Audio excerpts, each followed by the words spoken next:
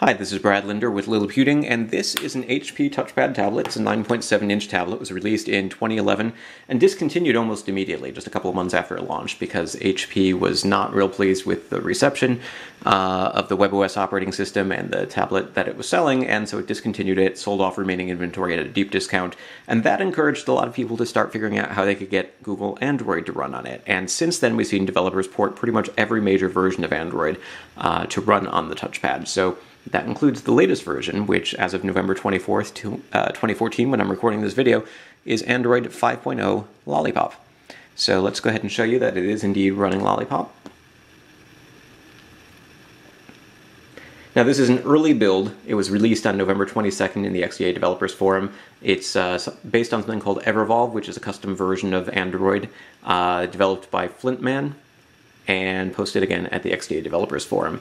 And it's, as of November 24th, when I'm recording this video, just 2 days later, there was initially a bug with Bluetooth. That's been resolved, but it's still a little rough around the edges. The camera doesn't work as of November 24th. I'm going to stop saying the date soon. I just want to point out that by the time you're watching this video, things might work.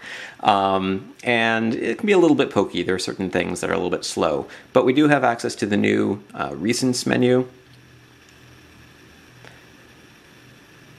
Web browser works. New style buttons here. Swipe down from the top for notifications, swipe down again for quick settings, or swipe down with 2 fingers to go straight to quick settings. We've got this new volume slider here, brightness. Now there's no icon here for the flashlight because there is no LED flash on this device, but on other Android 5.0 devices you'll find that. But we do have the new dynamic sort of menu system there. And you can see for applications, we're sort of using this new material design app launcher as well. So, basically it's a work in progress. I'm not necessarily going to recommend that you update immediately if you want to be running Android 5.0 because you might have better performance with an earlier version. But it's pretty interesting to see that pretty quickly, after Google released Android 5.0 Lollipop source code, developers started bringing it even to this tablet that's now a couple of years old and was never designed to run Android in the first place. So I love seeing sort of new life breathed into older devices, and because it can run the Google apps and Google Play services and so forth, you can sort of continue adding new features.